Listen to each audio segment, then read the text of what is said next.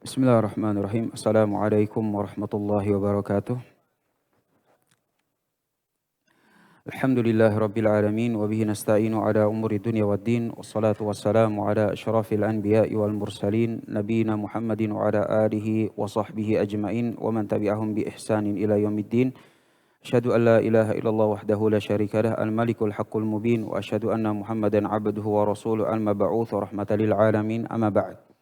Alhamdulillah, segala puja dan puji kembali kita panjatkan kepada Allah Subhanahu wa taala. Dengan hidayah, rahmat dan taufiknya Allah Subhanahu wa taala kembali mengumpulkan kita di salah satu masjid yang insyaallah Allah Subhanahu wa taala berkahi ini dalam rangka melaksanakan salat subuh berjamaah. Dan tentunya setelah itu masih kita dalam agenda melanjutkan kajian kita, yaitu pembacaan kitab Mukhtasar Minhajul Qasidin karya Ibnu Qudamah Al-Maqdisi rahimahullah taala, dan kita sudah sampai tentang pembahasan sikap santun. Dan sebelum kita masuk ke pembahasan, tentunya kita sama-sama mengingatkan bahwa bagaimana pentingnya perkara menuntut ilmu agama di dalam Islam. Sebagaimana tadi di dalam surat Al-A'raf, bagaimana syaitan itu betul-betul pinter dalam menggoda Bani Adam. Sehingga orang yang punya ilmu sekalipun itu belum tentu selamat dari godaan syaitan, apalagi yang tidak punya ilmu sama sekali. Sehingga dari situ kita bisa mempelajari bahwa bagaimana syaitan itu mendatangi orang-orang yang ingin taat kepada Allah Subhanahu wa taala memiliki strategi yang berbeda. Orang yang sudah mempelajari ilmu agama, maka syaitan itu akan mencoba mendatangi dirinya dengan sekian banyak tipuan. Sebagaimana syaitan mendatangi Nabi Adam alaihissalam. Nabi Adam alaihissalam tentunya berilmu, sangat berilmu. Mengenal Allah tabaraka wa ta'ala, sudah melihat ini dan melihat itu. Tetapi syaitan kemudian datang kepada dia dengan sebuah tipuan. Dan tipuannya itu adalah, dan ini termasuk diantara tipuan syaitan kepada diri-diri kita, maka biasanya syaitan itu mendatangi diri kita kemudian memotivasi diri kita untuk mengambil impian terbesar kita. Adapun jalannya ini masalah lain. Sehingga dia datang, kamu tuh harus bisa jadi orang yang seperti ini loh. Kamu harus menjadi mencapai cita-citamu yang seperti ini. Dia datang pasti dengan motivasi yang baik. Cuma jalannya itu yang nanti dia akan tipu kita dengan hal tersebut. Sehingga syaitan datang kepada Nabi Adam alaihissalam dengan motivasi. Motivasinya yang tertinggi dari Nabi Adam itu adalah agar bisa hidup kekal di dalam surga. Ya siapa yang enggak, Pak? Yang siapa yang enggak mau hidup kekal di dalam surga? Sedangkan surga yang ditempati oleh Nabi Adam alaihissalam pada saat itu memiliki satu larangan. Larangannya itu adalah agar jangan kamu merasakan buah atau dari pohon yang Allah Subhanahu wa taala sudah larang. Cuma itu aja, sisanya alhamdulillah. Kemudian syaitan datang, sebenarnya manahakuma rabbukuma antilkuma syajara an hadhihi syajara illa an takuna malakaini aw takuna minal khalidin. Kemudian dimotivasi. Sebenarnya kamu itu dilarang dari memakan buah ini itu gara-gara karena kalau kamu misalnya makan, kamu itu akan berubah menjadi malaikat. Kalau nanti misalnya kamu makan, atau kamu juga bisa menjadi penduduk surga yang kekal abadi. Sehingga dia datang dengan dua tipuan. Dibawa motivasi yang paling tinggi, di mana kita biasanya manusia itu biasanya langsung tergoda. Apakah tergodanya gara-gara harta, apakah tergodanya gara-gara wanita, ataukah jabatan, ataupun apapun dari cita-cita yang mungkin sebenarnya itu adalah mulia di dunia. Kemudian syaitan datang, kemudian tipu kita. Ya udahlah, nggak apa-apa, kalau misalnya untuk dapat segini mungkin jalannya ada yang begini dan begitu. Ini bisa dikompromikan, bisa ditoleransikan. Maka yang seperti itu memang sudah termasuk dari strateginya syaitan. Dia datang ke Nabi Adam alaihissalam, Nabi Adam, kamu kan emang pengennya jadi penduduk surga yang kekal. Kalau memang setidaknya itu atau jadi kayak malaikat lah, ya di sini terus, nggak bakal ada ke dunia dan sama sekali. Oh iya benar, saya mau. Sebenarnya tipsnya supaya kekal yaitu dia tuh. Itu buah yang dilarang. Sebenarnya kalau kamu makan, itu akan membuat diri kamu itu kekal di dalam surga. Udah nggak turun-turun lagi ke dunia dan segala macam. Syaitan datang menggoda dengan tipuan-tipuannya, kemudian itu tadi motivasi kita yang tinggi terkadang melupakan tentang ketaatan dan janji Allah Subhanahu wa taala. Dan ini udah sering. Gimana caranya kita mau ngambil harta, kita lupa dengan janji Allah Subhanahu wa taala. Gimana kita mengejar cita-cita, kita lupa dengan janji maupun larangan serta perintah dari Allah Subhanahu wa taala. Ini udah kejadian. Orang yang sudah berilmu sekalipun, maka syaitan datang dengan strategi tersebut. Sedangkan orang yang tidak berilmu, jangan dikira itu nanti tidak akan ditanya. Jangan dikira nanti dia di akhirat dia akan bilang, ya saya kan nggak tahu ilmunya ya Allah, berarti udah aman dan segala macam. Belum tentu. Sebagaimana di dalam Al-A'raf di akhir-akhir yang ayat tadi kita bacakan tadi, Allah Subhanahu wa taala menceritakan tentang godaannya orang-orang yang tidak berilmu. Godaannya orang yang tidak berilmu itu adalah cuma ngikut aja. Wa idza fa'alu fahishatan qalu wajadna aba'ana. Kalau misalnya dia sedang melakukan hal yang sebenarnya di dalam syariat itu nggak boleh, maka dia akan bilang, ya orang-orang kan begini semua. Lah kita kan dari zaman dulu, orang-orang tua kita, adat kita ya udah begini. Wallahu amarona biha. Dan harusnya ini merupakan sesuatu yang baik. Allah itu maunya kita memang begini. Apapun itu, ya mulai dari kebiasaan buruk kita, ataupun adat yang mungkin tidak sesuai dengan syariat Islam, ataupun kebiasaan-kebiasaan yang lain. Maka kita tinggal pakai alasan, kan semua orang juga begini. Kenapa sih nggak dipelajarin? Kenapa sih nggak dibuka? Kenapa sih nggak dibaca? Kan semuanya ada ilmunya. Tinggal mau dibaca, mau dikaji atau enggak. Tetapi orang yang tidak berilmu, ya begitu. Dia akan bilang, ya enggak, kita kan ya dari zaman dulu ya begini. Dan ini udah pasti benar. Masalahnya ya semua orang melakukan hal tersebut. Dan ini sudah menjadi adat istiadat dan seterusnya dan seterusnya dan seterusnya. Wa idza fa'alu fahishatan qalu, mereka akan bilang ya begitu. Gitu. Wallahu amarona biha.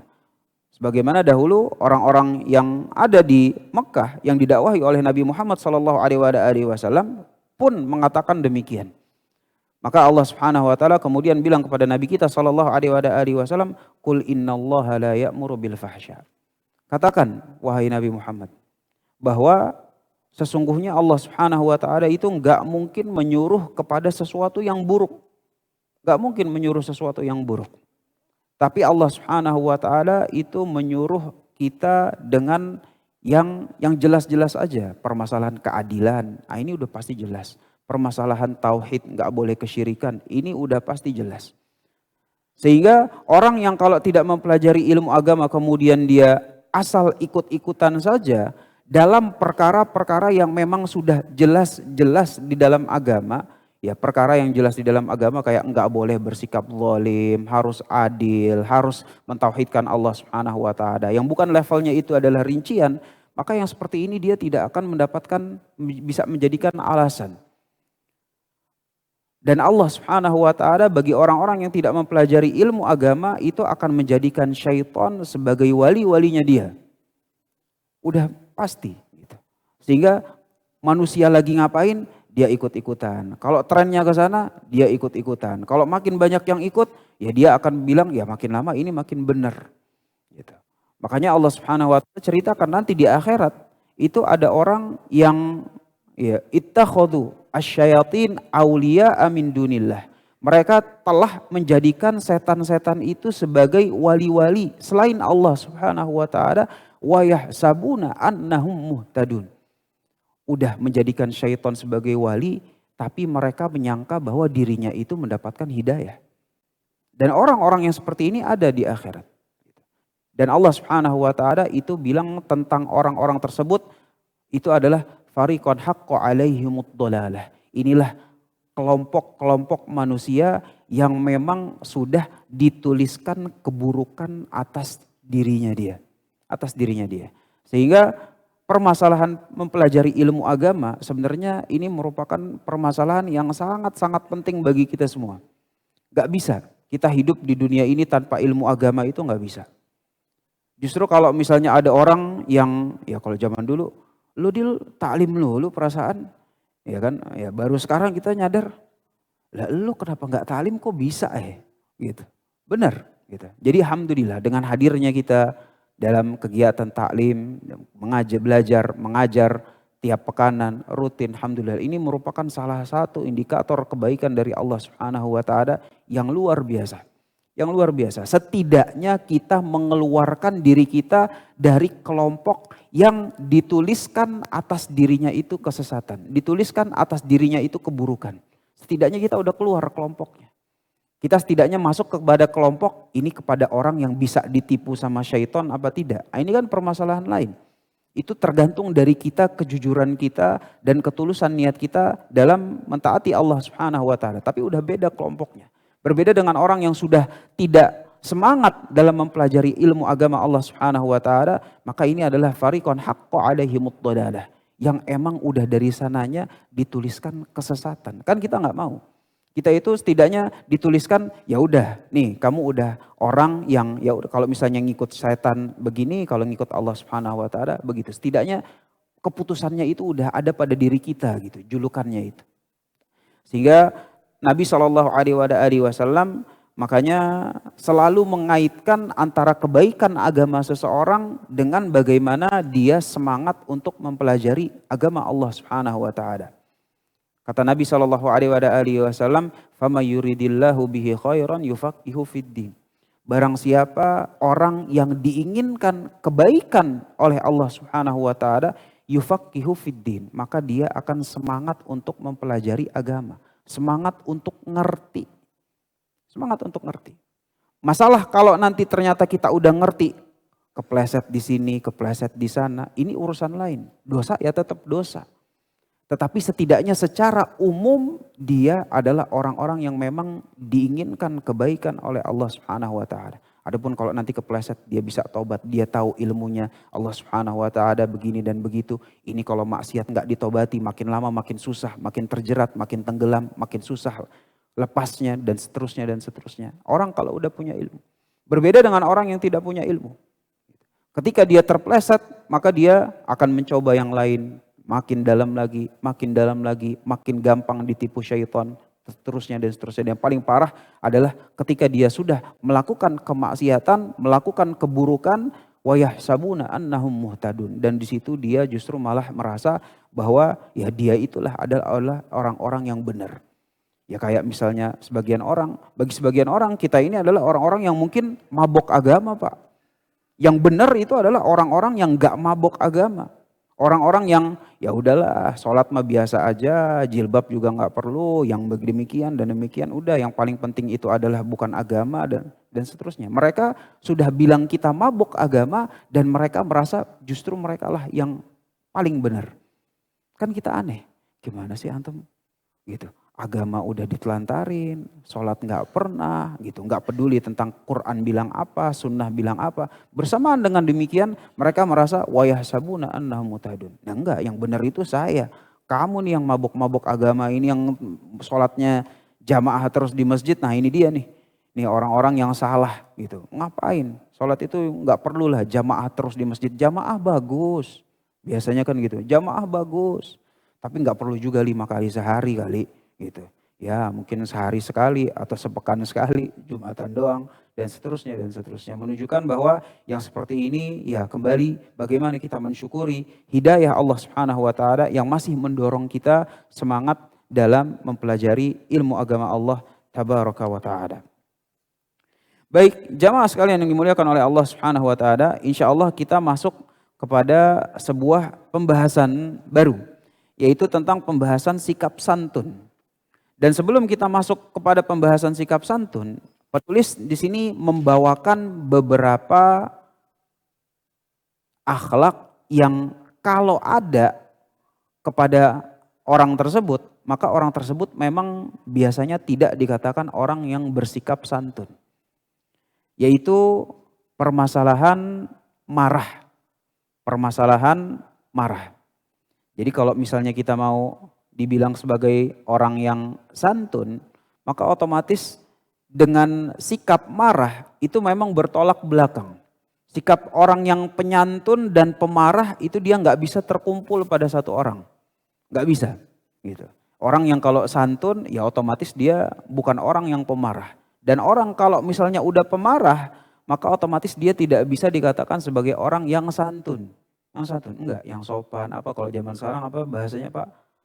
Soft spoken apa? Iya Pak, soft spoken. Soft spoken, nah ini dia nih. Nggak bisa gitu, nggak bisa dia gitu. Maka di sini penulis pertama mengingatkan i'lam annal ghadaba, bahwa ketahuilah bahwa yang namanya marah syughulatun minan nar. Itu emang udah bagaimana ya bisa dibilang dampak dari api. Apakah nanti api yang di sana, apakah api secara kiasan.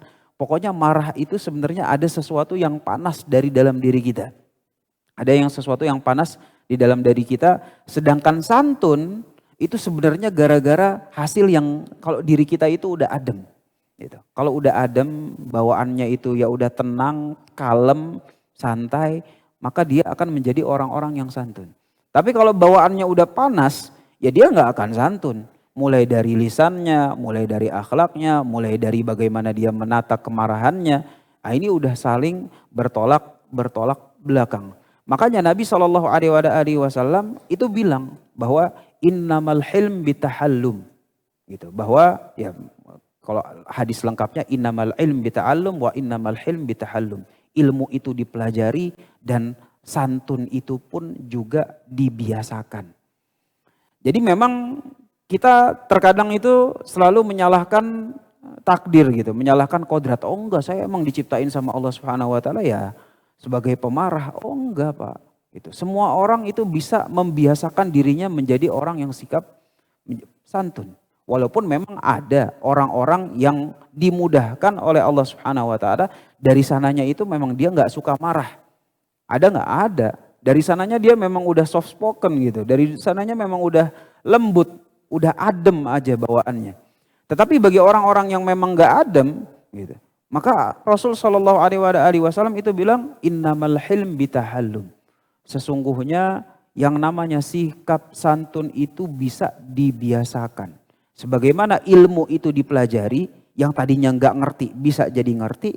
Santun pun demikian, yang tadinya nggak santun itu bisa jadi santun, dan semua itu ada prosesnya. Dan di antara prosesnya ya ini bahwa kita harus melawan sikap marah dulu.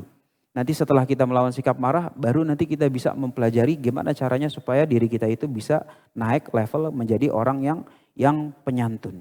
Nah di sini kata penulis rahimahullah ta'ala wa anal insan yanzi'u fihi 'indal ghadabi irqun ila syaitan al-la'in. Bahwa sesungguhnya manusia itu ketika marah, maka ada sesuatu ya uratnya itu memang menarik kepada jalannya syaitan. Kepada jalannya syaitan. Kenapa? Karena memang syaitan itu diciptakan dari api. Jadi dia memang ya kayak sepadan gitu ya. Ya pemaparan ulama gitu. Kenapa kalau misalnya kita marah, itu jalan kepada jalannya syaitan itu lebih dekat karena memang asalnya sama. Marah itu dari panas, api itu juga panas. Jadi kalau misalnya cocok, maka otomatis kita akan kebawa ke jalan-jalan yang panas, dan syaitan diciptakan dari api panas, ya pokoknya jalannya ke situ aja. Sangat-sangat jarang kalau misalnya, ya bahkan nggak pernah itu kalau orang udah marah, terus tiba-tiba ya tidak melakukan hal-hal yang ya diridhoi Allah Subhanahu wa taala, itu sulit gitu. Biasanya kalau udah marahnya meluap, meledak, keluar, udah mulai dari lisan udah nggak sesuai. Mulai dari tangan udah nggak sesuai. Suasana hati juga udah nggak sesuai. Kenapa? Karena memang syaitan itu Allah Subhanahu wa taala ya bilang di dalam Al-Qur'an, khalaqtani min nar wa khalaqtahu min tin. Bahwa syaitan itu diciptakan oleh Allah Subhanahu wa taala dari api, sedangkan kita itu dari tanah. Jadi sebenarnya kita itu netral gitu, Pak. Ya bisa dibawa ke yang panas, bisa dibawa yang ke dingin, tergantung kita maunya kemana. Makanya Nabi SAW bilang innamal hilm bitahallum. Di sini kemudian penulis bilang fa inna sya'natin as-sukun wal waqar. Sesungguhnya tabiat tanah itu adalah ketenangan dan kewibawaan. Gitu. Dia itu tabiatnya udah begitu. Jadi dia ya tanah kan nggak gerak, nggak bergejolak Pak. Ya begitu-begitu aja, nggak bergejolak dia. nggak menyala-nyala, nggak nyamber, nggak gimana-gimana, mau dibangun di atasnya bisa, mau dibangun bangunan bisa, mau dibangun pohon bisa, mau dibangun di atasnya tempat maksiat bisa, ya tergantung kita mau bawa kemana. Jadi sebenarnya kita udah diciptakan oleh Allah Subhanahu wa taala dengan sarana dan prasarana, dikasih hati, dikasih tabiatnya kita itu tanah, bisa dibangun apa aja tergantung nanti pilihan kita. Apakah kita mau membangun di atas tanah itu sebuah kebaikan atau justru malah dibangun di atasnya itu adalah sebuah keburukan, sebuah keburukan. Makanya kita harus sama-sama sadar kalau misalnya ada godaan yang membawa kita kepada arah-arah yang panas-panas. Kita harus sadar. Kenapa? Karena itu memang godaan syaitan biasanya. Apalagi Allah Subhanahu wa taala juga berfirman, "Wa imma yanzaghanna minasyaiton nazghun fasta'idz billah innahu samiun alim."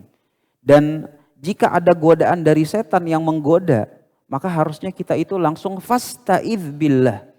Kata Allah Subhanahu wa taala fasta'id, fa di situ artinya langsung segera. Gak bisa kita sambut. Jangan sampai kalau misalnya ada godaan kemudian malah kita sambut. Justru dari sambutan itulah syaitan itu makin menggoda kita. Dari sambutan itulah yang tadinya cuma sekedar bisikan itu bisa menjadi tekad. Makanya terkadang ketika kita membaca salah satu Nabi Shallallahu Alaihi Wasallam, kalau niat baik itu kan mendapatkan satu pahala gitu ya. Niat baik baru niat doang itu udah mendapatkan pahala dari Allah Subhanahu wa taala walaupun tidak jadi dilakukan. Sedangkan niat buruk kata Nabi Shallallahu alaihi wasallam itu tidak mendapatkan dosa kecuali kalau sudah dilakukan. Nah, di sini kata para ulama yang dimaksud niat buruk yang enggak dapat dosa itu adalah ketika ada bisikan dari syaitan tetapi kita enggak sambut. Kemudian ada bisikan, ya udah, habis itu kita tepis. Itu emang nggak dosa. Jadi kalau cuma selintas melakukan maksiat, selintas melakukan ketidaktaatan kepada Allah Subhanahu wa taala, habis itu kita tepis, maka insya Allah yang seperti ini tidak mendapatkan dosa kecuali kalau nanti sampai direalisasikan. Tetapi kalau misalnya apa yang terlintas di dalam dada kemudian kita sambut, ya kan? Inilah yang merubah dari cuma sekedar niat udah jadi tekad. Kita emang udah mau melakukan demikian. Udah planning, udah tulis, udah siapkan sarana dan prasarananya. Gimana caranya supaya maksiat itu terrealisasi. Tiba-tiba ketika kita mau melakukan ternyata ada ya penghalangnya. Wallahu a'lam itu kayak misalnya ada yang paling gampang maling deh. Maling dia lihat, nah ini dia nih rumah target kita berikutnya. Target kita berikutnya dia udah cek, oh orangnya biasanya pulang ke rumah jam sekian, rumah kosong jam sekian, nanti kita ke sana pakai baju pura-pura dari PLN, nanti kayak begini. Yang kayak gini Pak udah niat buruk, akan baru niat belum dilakukan. Kalau kayak begitu niatnya itu udah bukan niat, itu udah tekad. Udah dosa. Sehingga ketika syaitan masuk, orang tersebut bukannya dia menepis godaan-godaan tersebut, bisikan-bisikan maksiat tersebut, tapi dia justru malah menyambut bisikan-bisikan tersebut dan ini tentunya bertentangan dengan firman Allah Subhanahu wa taala, "Fasta'idz billah." Kalau setan itu udah masuk kepada kita untuk menggoda, harusnya kita itu sadar dan meminta perlindungan dari Allah Subhanahu wa taala. Wa mimma yadullu ala dhammil ghadab faqaulun Nabi sallallahu alaihi wa alihi wa sahbihi wasallam lirajul alladhi qala lahu awsini qala la taghdab faraddada alaihi mirar qala la taghdab. Dan di antara hadis-hadis atau dalil-dalil yang sebenarnya menunjukkan kemarahan itu merupakan sesuatu yang tercela dan gak bisa orang santun itu kalau memiliki sifat pemarah. Itu adalah sebuah hadis dari Nabi Shallallahu Alaihi Wasallam yang ketika ada seseorang yang datang kepada Nabi Alaihi Wasallam, kemudian dia meminta kepada Nabi Alaihi Wasallam, ya Rasulullah, tolong kasih aku nasihat. Dan biasanya Rasul Alaihi Wasallam itu kalau misalnya kasih nasihat itu menyesuaikan orangnya, tergantung ini orangnya dilihat kayak bagaimana. Kalau misalnya orangnya rajin ibadah, Nasihatnya jangan lupa untuk sholat tahajud. Sebagaimana nasihat kepada Ibnu Umar radhiyallahu anhu. Kalau misalnya orangnya itu adalah orang yang lempeng-lempeng aja, maka Nabi SAW bilang, Qul amantu billah tsumastaqim. Katakan saya beriman kepada Allah Subhanahu wa taala, istiqomah di atasnya. Beda lagi. Nah, kebetulan orang ini adalah orang yang memiliki sifat pemarah.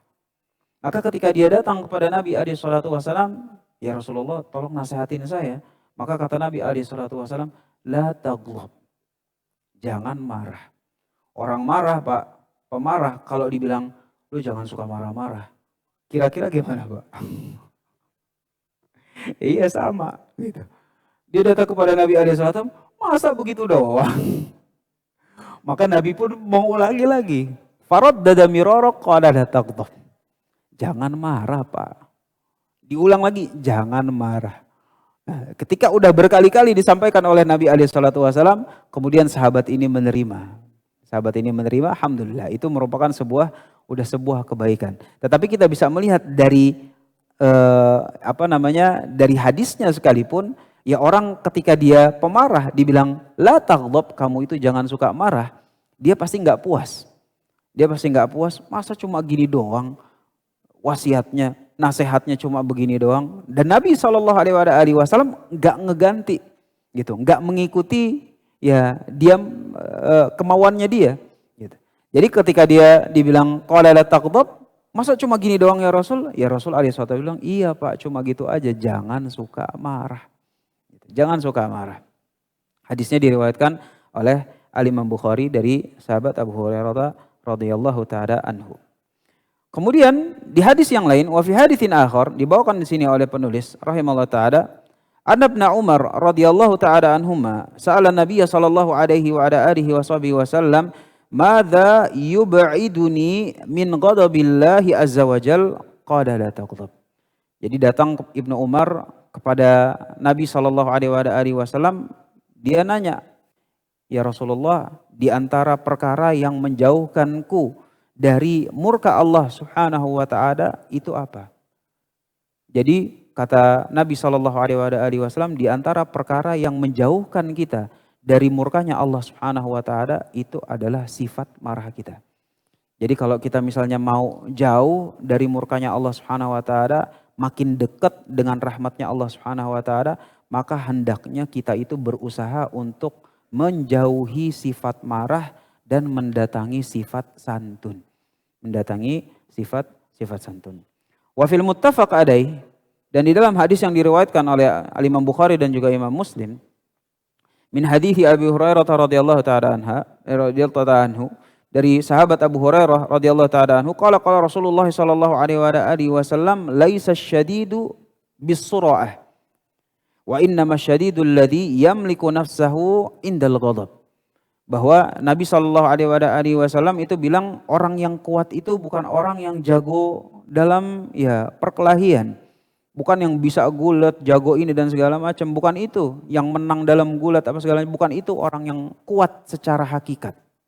Ya kalau kuat secara penilaian manusia ya iya kuat, orang dia menang dan apa segala macam.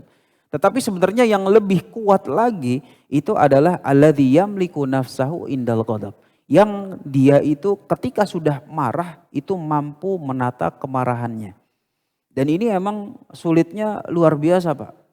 Luar biasa. Kalau sekarang lagi nggak ada kenapa-kenapa, ya kita bisa bilang tenang aja, enggak, anak mah orangnya santai, anak mah orangnya gampang, tenang segala macam. Ya iya sekarang lagi nggak kenapa-kenapa. Tapi kalau nanti kalau udah dipancing dan kemarahan ini udah mau meledak, itu beda lagi ceritanya. Itu beda lagi ceritanya. Makanya Nabi SAW bilang yang kuat itu adalah ketika kemarahan itu udah meledak, dia yamliku nafsahu, dia bisa mengendalikan dirinya sendiri. Dia bisa mengontrol kemarahannya tersebut. Inilah dia orang yang kuat.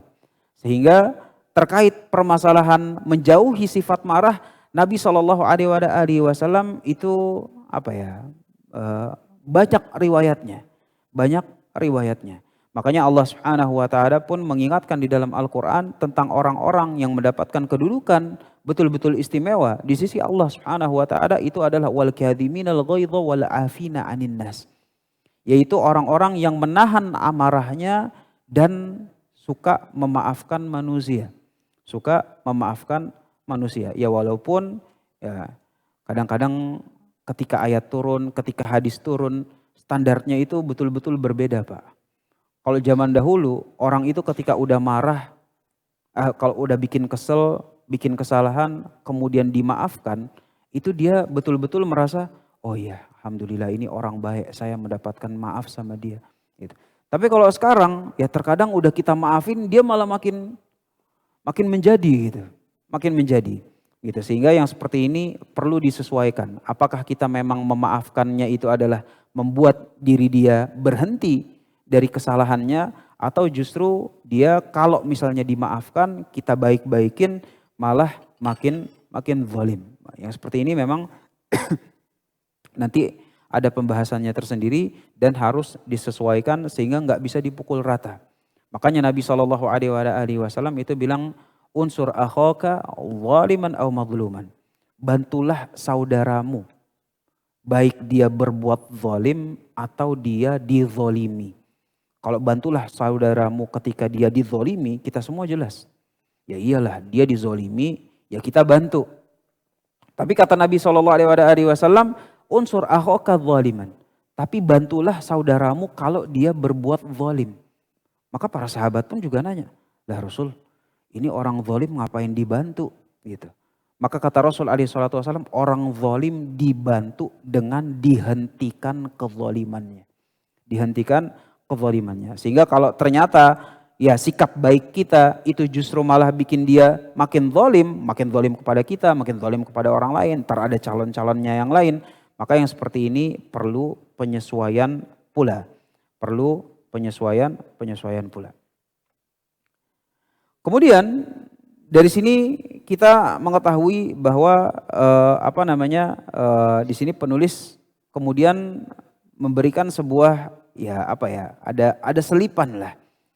Dibawa sebuah riwayat yaitu dari Dzulqarnain rahimahullah taala, warwaina anna Dzulqarnaini laqiya malakan, bahwa ya menurut riwayat, biasanya kalau para ulama itu bilangnya menurut riwayat, maka itu riwayat yang ya diperselisihkan kevalitannya maupun kesahihannya. Gitu. Sehingga kita perlu tahu bahwa oh ini riwayat belum tentu valid, tetapi mungkin ada pelajaran di dalamnya yang pelajarannya itu valid lewat dalil-dalil yang lain. Tapi nggak apa-apa, kita baca aja.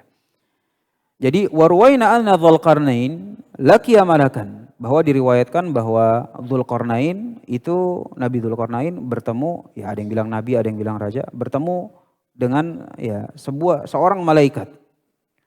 Kemudian faqala alimni ilman azdadu bihi imanan wa yaqina. Maka ya Dzulqarnain ini bertanya kepada malaikat, coba kira-kira ada enggak ilmu yang membuat saya itu bisa bertambah keimanan saya dan juga bertambah keyakinan saya kepada Allah Subhanahu wa taala. Maka malaikat tersebut mengatakan, la taghlab. Jangan kamu marah. Jangan kamu marah. Kenapa? Karena memang Dzulqarnain itu adalah seorang raja yang memiliki kekuasaan yang luas. Dan sikap marah itu biasanya dia sejalan dengan seberapa kuasanya orang tersebut. Nah ini memang udah dari sananya. Kalau makin kuasa, makin tinggi jabatan, makin dihormati sama orang, nah itu biasanya sikap marahnya itu makin mudah untuk keluar. Makin mudah untuk keluar. Berbeda dengan orang yang dia itu bukan siapa-siapa. Kenapa? Karena kalau orang yang bukan siapa-siapa, dia biasa diperlakukan semena-mena sama orang, diperlakukan mungkin dengan standar yang tidak terlalu tinggi sama orang lain. Jadi dia itu biasa aja. Tapi kalau orang udah makin lama makin tinggi jabatannya, hartanya, kemudian kekuasaannya, maka dia udah memiliki standar. Kamu kalau mau memperlakukan saya, standarnya kayak gini. Kalau ternyata kamu memperlakukan saya kurang standarnya, nah dia akan ada ya penyesuaian. Jadi dia langsung marah. Maka di sini Dzulqarnain dinasihati oleh malaikat, jangan marah. Kenapa? Karena fa inna syaitan aqdaru ma yakunu ada bani Adam hina yaghdab. Kenapa? Karena syaitan itu paling bisa dibilang paling memiliki kendali. paling memiliki kendali atas Bani Adam ketika dia itu lagi marah. Paling memiliki kendali yaitu ketika kita lagi marah, ya syaitan itu paling memiliki kendali sama kita. Makanya ini udah sering kita sampaikan, orang kalau misalnya marah itu dia bisa melakukan sesuatu atau mengucapkan sesuatu yang sebenarnya dia itu orangnya enggak gitu. Baru nanti ketika marahnya udah selesai, udah reda, kemudian dia lihat, kok bisa ya saya melakukan kayak gitu? Kok bisa ya kata-kata itu terucap dari diri saya? Kok bisa ya? Kenapa? Karena memang ketika dia marah, kemudian melontarkan ucapan, melakukan perbuatan, maka sebenarnya itu syaitan mengendalikan dirinya. Sampai-sampai dia pun sampai heran, kok bisa ya saya melakukan demikian? Itu ya karena itu tadi. Karena syaitan itu betul-betul menguasai diri kita ketika kita sedang marah.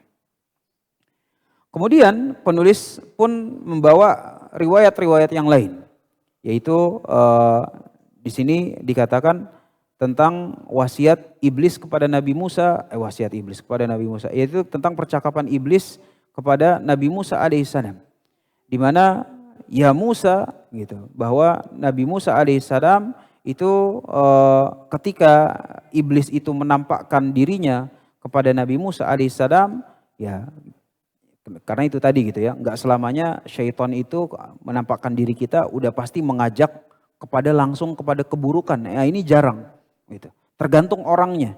Kalau orangnya dia itu berilmu, orang soleh, dia langsung datang kepada kita, langsung ngajak kepada keburukan, ini mah kita udah tahu jurusnya. Ini mah enggak deh gitu. Tapi kalau dia datang dengan sesuatu yang baik-baik dulu, dengan sesuatu yang gimana-gimana dulu, kita udah tertarik, entar di tengah jalan baru ditipu sama dia, emang begitu. Kayak tadi di awal-awal majelis kita singgung tentang bagaimana syaitan ya menggoda Nabi Adam alaihissalam. Di sini hampir semakna. Jadi iblis datang kepada Nabi Musa alaihissalam, kemudian menyampaikan nasihat. Ya nasihatnya kita ambil yang baiknya aja ya, adapun yang tengah-tengahnya enggak. Gitu. Ini pun juga yang dinukil oleh penulis rahimahullah ta'ala, ya Musa iyaka wal hiddah. Gitu. Wahai Musa, jauhilah sikap al-hiddah itu mudah tersulut emosinya. Jadi marah itu ketika emosinya udah keluar, tapi sebelum itu di dalam bahasa Arab itu adalah mudah tersulut emosinya, itu adalah al-hiddah. Apa ya? Gampang ngegas kali ya kalau kata orang sekarang. Ini temperamental. Iya, tapi dia belum marah gitu. Tapi sikapnya yang seperti itu sudah ya dibilang gitu ketika iblis menampakkan dirinya kepada Nabi Musa alaihissalam. Ya walaupun terkait tentang permasalahan sahih atau tidaknya ini permasalahan lain, tapi kita bisa ambil pelajaran. Iya, bahwa di antara pelajaran kita itu harus menjauhi sikap mudah tersulut emosinya. Mudah tersulut emosinya. Dan ini betul-betul ya penting untuk sama-sama kita tanamkan bersama. Wa kana yuqal, dan dikatakan kata para ulama, ittaqul ghadab.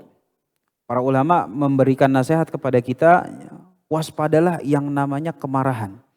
Fa innahu yufsidul iman kama yufsidu sabiru al-asal wal ghadabu aduwul aqal. Kata Ibnu Qudamah di sini bahwa hendaklah kita itu sama-sama waspada dari kemarahan. Kenapa? Karena memang kemarahan itu merusak iman. Kemarahan itu merusak iman kama yufsidu sabirul asal.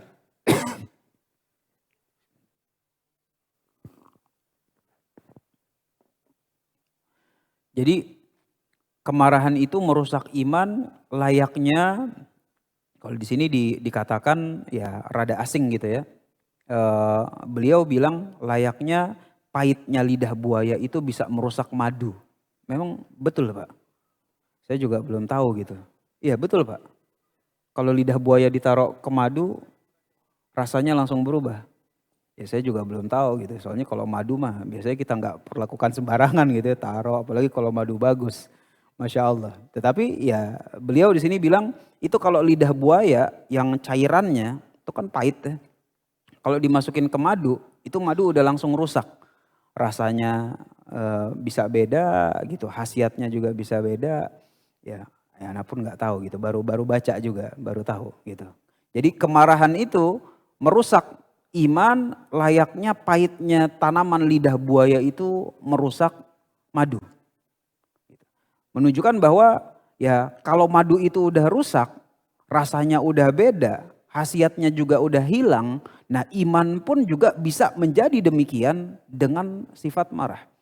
Makanya orang ya terkadang kita yang udah ya belajar ilmu agama, udah melakukan ibadah ini itu dan segala macam, kalau udah marah tuh udah kayak hilang aja tuh. Ilmunya hilang, kemudian bagaimana ketenangannya juga hilang, kemudian ya macam lah. Ya kalau kata orang, ya dan ini kejadian, masa ustadz kayak begitu? Iya juga dia. Kalau kita pas pikir ntar pas sampai rumah, iya juga ya gitu. Apalagi kalau sekarang ada sosmed gitu ya. Kadang kalau misalnya udah kita kirim gitu. Ntar pas 2 hari 3 hari kemudian kita baca, kita scroll, masa ustadz kayak begitu, kita langsung bilang iya juga ya. Masa kayak begini sih ucapannya. Dan ini terjadi Pak. Itu apa yang udah kita pelajarin dari permasalahan ilmu dan iman maupun ibadah dan segala macam. Ketika udah marah, udah kayak nggak ada yang ngontrol.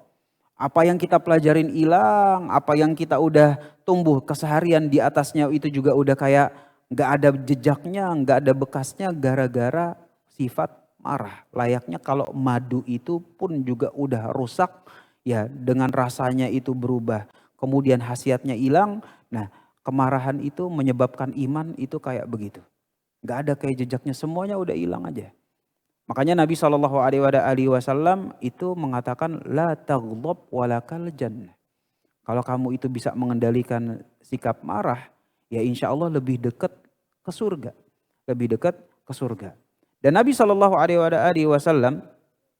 itu di sini dibawakan sebuah hadis yang lain.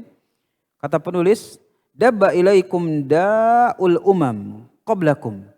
Bahwa pada zaman beliau alaihi salatu wassalam, beliau memberikan nasihat kepada para sahabatnya, telah menjalar kepada kalian penyakit umat-umat sebelum kalian. Dabba ilaikum da'ul umam qablakum. Ini zaman sekarang, ya zaman beliau gitu ya, alaihi salatu wassalam, sudah menjalar penyakit-penyakit yang dahulu menjangkit umat-umat sebelum kalian. Apa itu? Kata Nabi SAW, al-hasadu wal baghdha, yaitu penyakit hasad dan penyakit baghdha, yaitu penyakit kebencian. Penyakit hasad dan penyakit kebencian. Wal baghdha'u hiyal haliqah.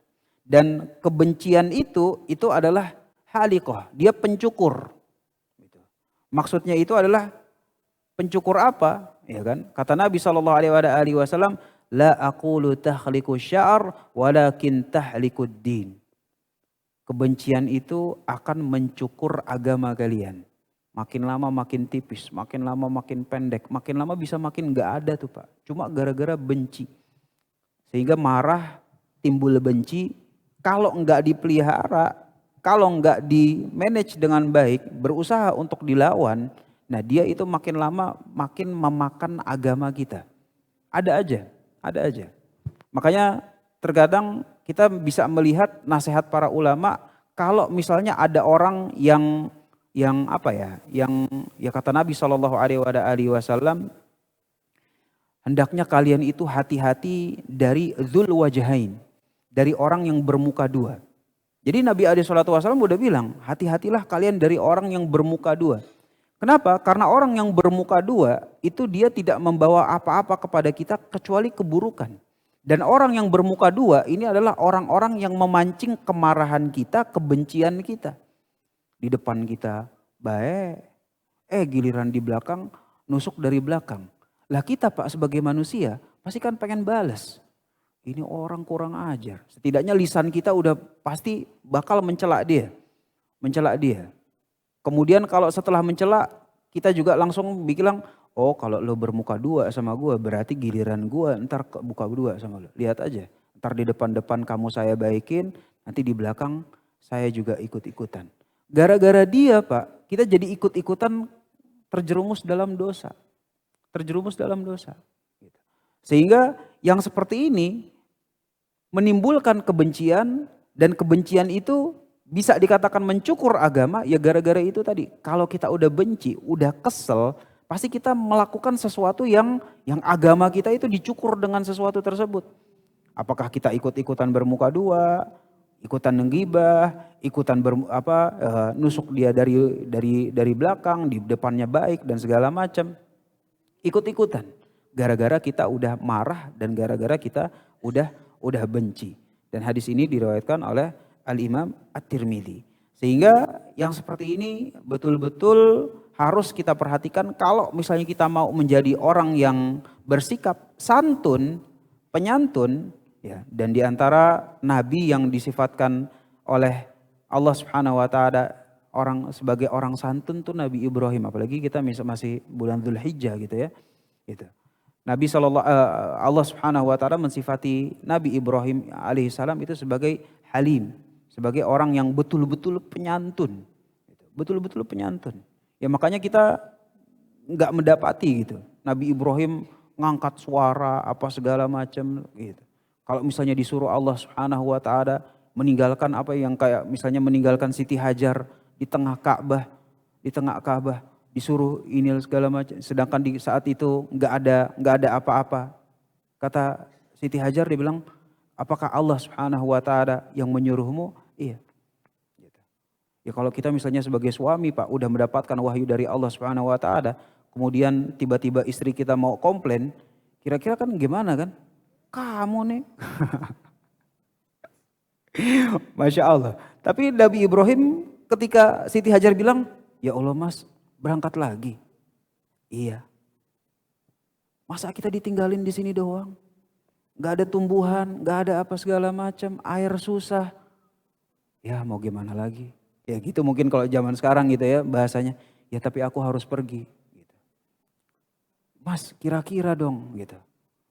Nabi Ibrahim tetap bilang, ya, tapi aku harus pergi, gak bisa. Gitu. Baru sampai Siti Hajar bilang, Allah yang nyuruh. Iya Allah yang nyuruh. Oh ya udah. Kalau Allah yang nyuruh insya Allah kita gak akan ditelantarkan oleh Allah Subhanahu wa taala. Tapi kan kita bisa lihat betapa santunnya Nabi Ibrahim alaihissalam. Ditanya satu pertanyaan cuma bilang iya, enggak, apa segala macam. Giliran udah Allah Subhanahu wa taala yang nyuruh, Nabi Ibrahim bilang, "Iya, Allah yang nyuruh." Maka Siti Hajar pun juga langsung memahami gitu. Artinya bagaimana sikap santun seseorang itu biasanya memang menular. Dia tuh menular. Kalau kita di teman-temannya kita itu penyantun, Pak, kita tuh mau emosi juga malu. Malu. Jangankan kalau kayak gitu, kalau misalnya teman-teman kita aja ngomongnya itu aku kamu, kita juga pasti aku kamu gitu. Jadi kalau misalnya ya di kantorku gitu, aku tuh sering ngomongnya aku gitu. Kebawa gara-gara di kantor tuh ngomongnya tuh aku kamu Pak. Sedangkan saya sebenarnya nggak biasa gitu kan. Kok aku kamu? Nggak biasa gitu Pak. Nggak biasa, apalagi kalau misalnya lagi di depan teman-teman, kemudian ada orang kantor nelpon, ngomongnya ya Mas menurut aku kayaknya gini-gini deh. Lu kenapa sih dia?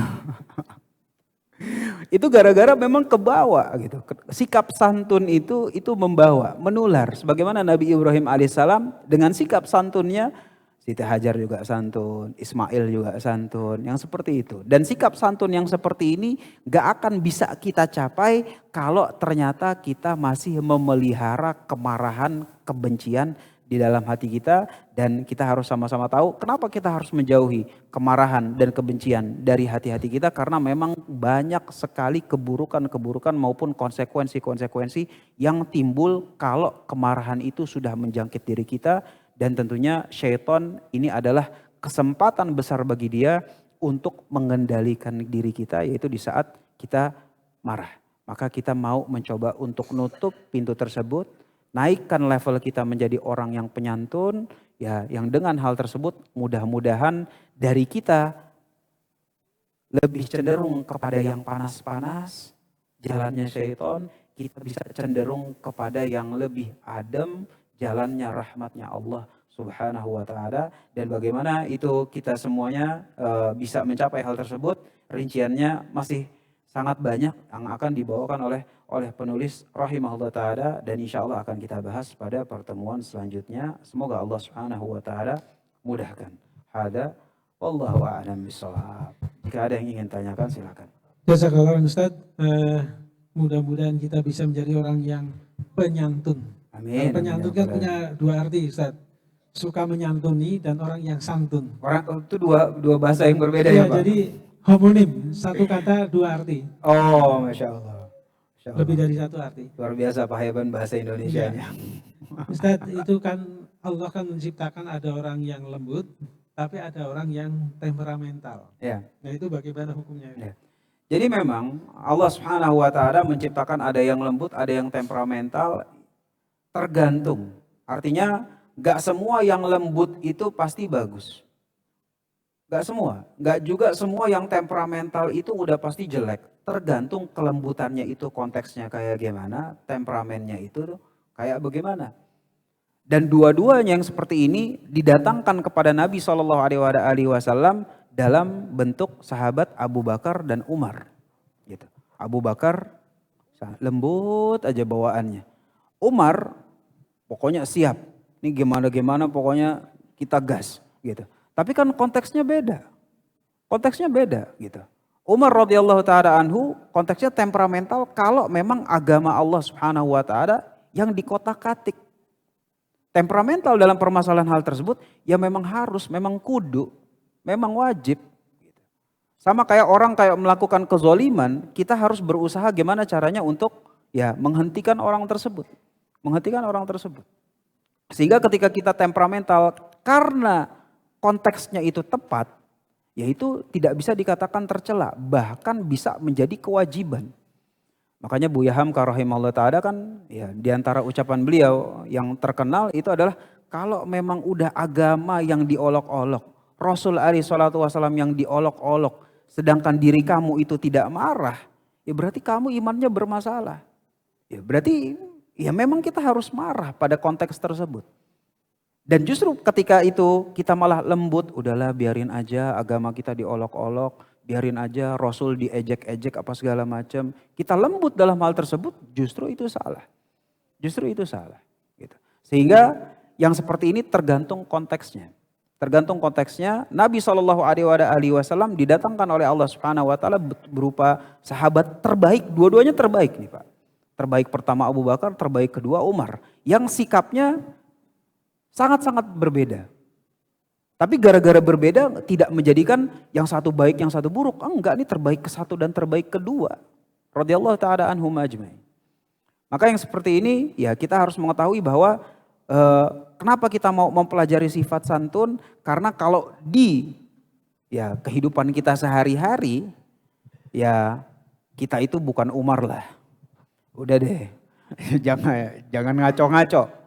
Jangan ngaco-ngaco, kita itu bukan Umar lah gitu. Mau marah, lo juga siapa? Kan gitu. Kita mau marah-marah yang kayak gimana? Umar bukan, kekuasaan juga nggak punya, kewibawaan juga nggak ada. Marah-marah orang juga belum tentu dengerin. Gitu. Artinya kebanyakannya untuk kehidupan kita itu lebih butuh kepada sifat santun. Kebanyakannya. Apalagi kalau misalnya kita berbicara tentang adab-adab ketimuran gitu ya. Lebih banyak kepada sifat santun. Makanya Nabi SAW pun kepada kebanyakan sahabatnya itu mengajak kepada sifat lembut. Mengajak sifat lembut. Tapi giliran Umar yang marah-marah, Nabi SAW jarang protes. Kenapa? Karena biasanya kemarahannya itu berfaedah. Kemarahannya itu berfaedah. Beda sama kemarahannya kita Pak. Temperamennya kita, emosinya kita. Biasanya nggak ada faedahnya, yang ada justru malah banyak mudorotnya. Nah, makanya ya kita harus sama-sama sadar bahwa oh iya ya kita ngambil contoh yang baik dan penerapannya pun juga harus sesuai. Ya kalau dalam kehidupan sehari-hari kita maka sifat santun itu ya lebih dibutuhkan untuk kita-kita dan sifat lembut, sikap lembut itu juga ya, kata Nabi SAW maka narifqa fi syai'in illa zanah. Tidaklah kelembutan pada sesuatu kecuali dia itu menghiasi sesuatu tersebut. Menghiasi sesuatu tersebut. Dan ini kata Nabi SAW. Sehingga karena kita sadar, udahlah kita bukan Umar. Gitu. Marah-marah berfaedah itu sangat-sangat sulit. Dari sekian banyak sahabat yang marah-marahnya berfaedah. ya kan bisa dihitung sampai pakai jari. Yang kita tahu juga cuma Umar bin Khattab radhiyallahu taala anhu tok.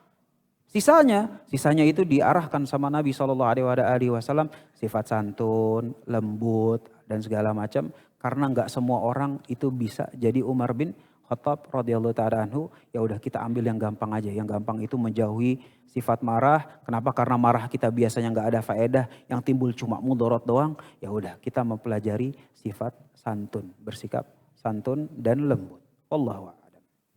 Baik, mungkin ada yang ingin bertanya, silakan.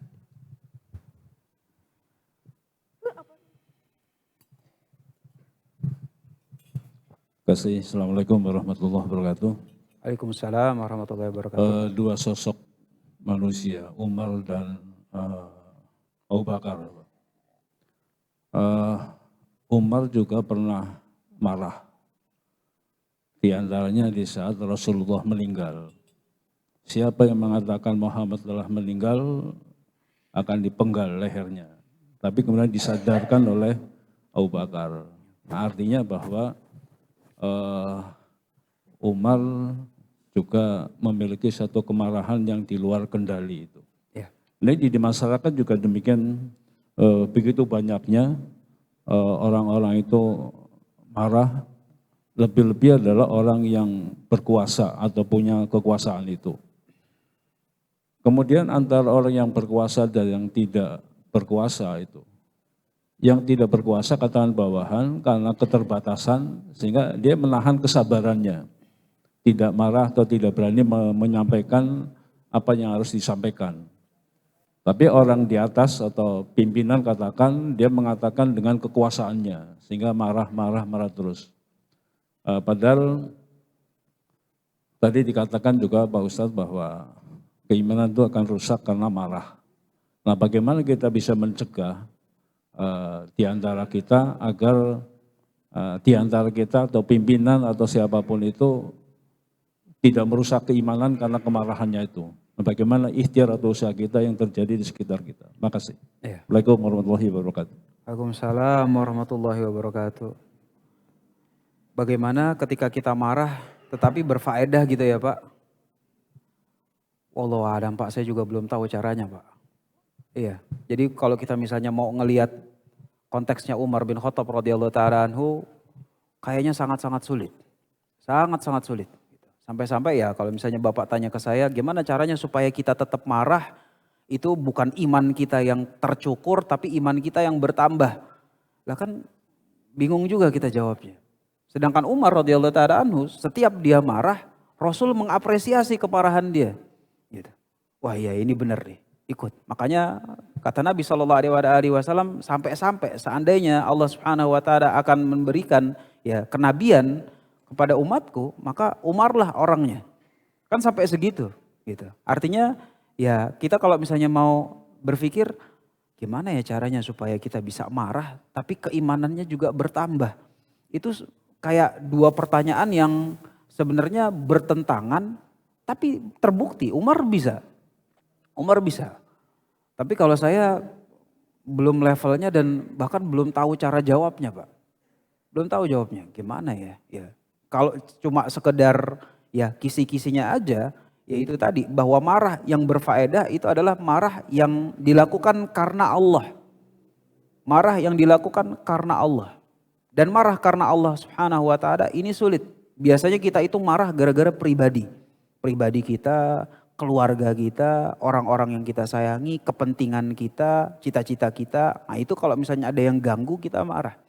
Tapi kalau marah karena Allah, lillah ta'ala bukan karena yang lain, gak ada selipan-selipannya lain, murni. Karena Allah Subhanahu wa ta'ala sangat-sangat sulit. Sangat-sangat sulit. Jadi kalau memang kita ya mau mengikuti Umar bin Khattab, ya itu tadi. Ya mungkin satunya ya, nilai besarnya itu adalah marahlah engkau karena Allah. Gitu.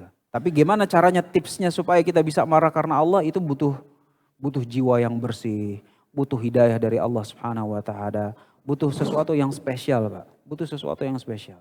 Jadi daripada kita ya fokus kita tetap mau marah-marah gitu, ya mendingan marah-marahnya kita redain, ya. Kita mencoba yang jauh lebih mudah itu adalah bersikap lembut, bersikap santun, ini lebih lebih aplikatif untuk kita, Pak. Lebih aplikatif untuk kita. Tetapi ya kita harus tetap ingat bahwa marah karena Allah itu adalah sesuatu yang mulia. Sesuatu yang mulia. Wallahu a'lam. Baik, saya kira ada satu pertanyaan lagi, silakan. Mungkin ada yang bertanya. Karena waktu udah pukul 6:08.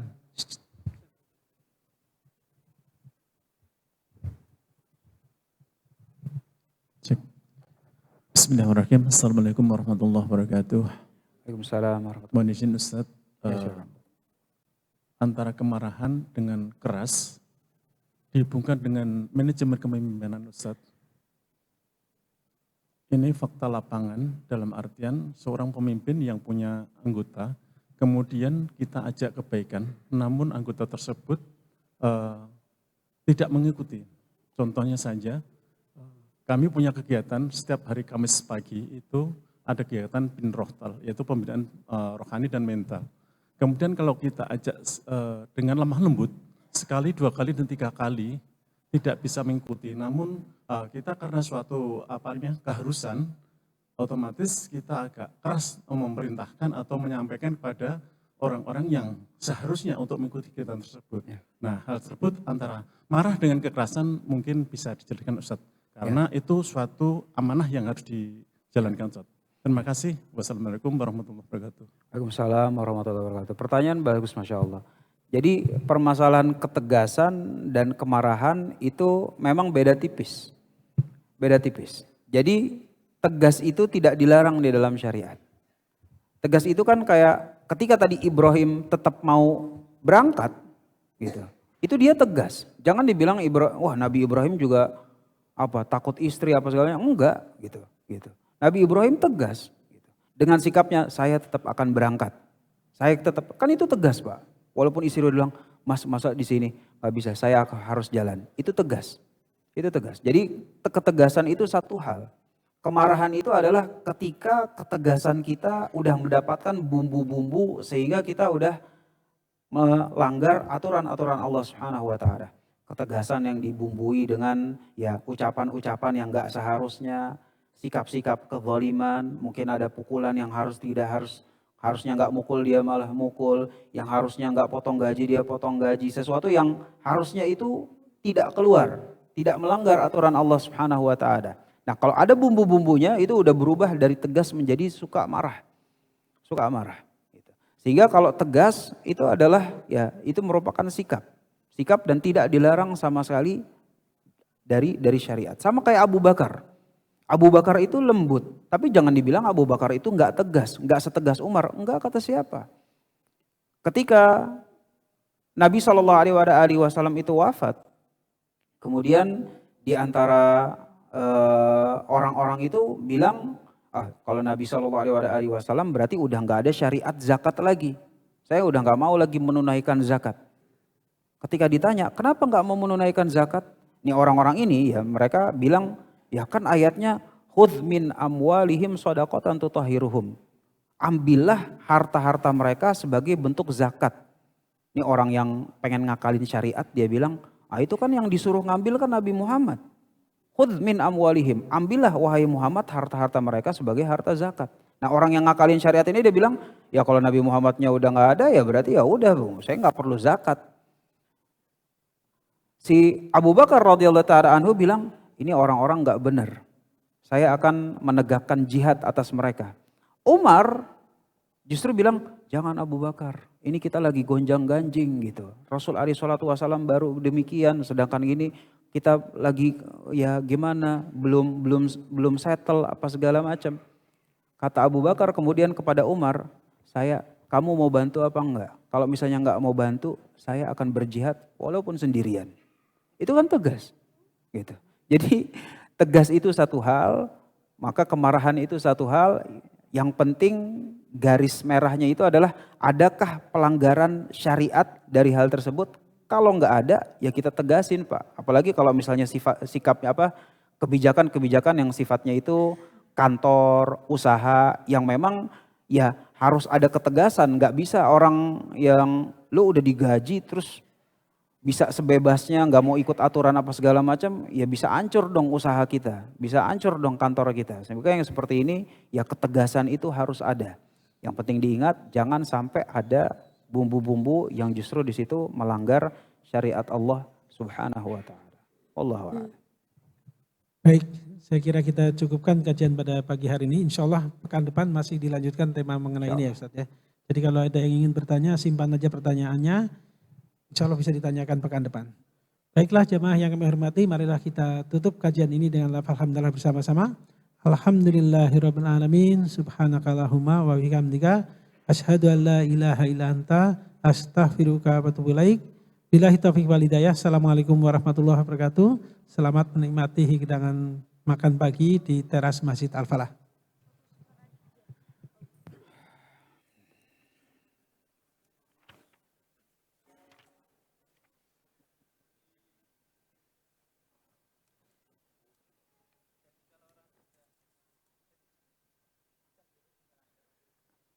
Cenderung Pak. Iya.